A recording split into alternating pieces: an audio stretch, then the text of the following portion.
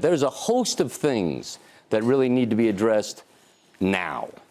And the problem that you have is, I think when you look at the landscape, the first sort of 4 leading candidates are, I don't see one of them really doing that. So you know that there's a whole body of people that think that there's a savings glut, whether it's Larry Summers or whether it's all these guys on the left, that think we really need negative rates, we need more QE, that there's such a deflationary environment in the globe that there's no way we should be raising rates. You have a fundamentally different view of that. Larry Summers has probably got 200-point higher IQ than mine, all right?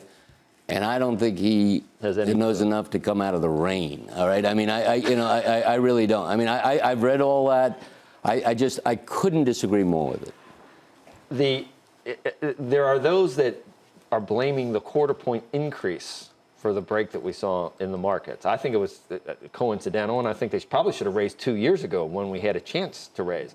And now we're in this box where I liken it almost to a heroin addict, where absolutely, and you know about progressive diseases. The more that you there gets to a point, understand. You get to a point where the more you take, you don't get the same high anymore, and all you're left with is withdrawal when you take it away. And that's where we are with monetary easing now. We're not getting any benefit, but we can't get out, and we keep needing more. Well, the world is a very unsafe, dangerous, difficult place. So there's always going to be a reason not to, to keep your foot on the gas. Like 26 mandates now. Now it's a Brexit. There's going to be a terrorist attack. There's going to be, China's going to slow all the way down to 5.5%.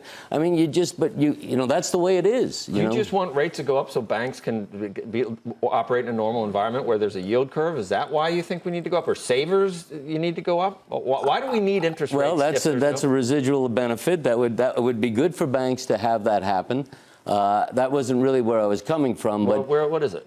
Well, I just don't think that the idea that on your show yesterday that we were talking about a 10-year being at 20 basis points, I just don't think that that's a real economy. I mean, maybe I'm too old.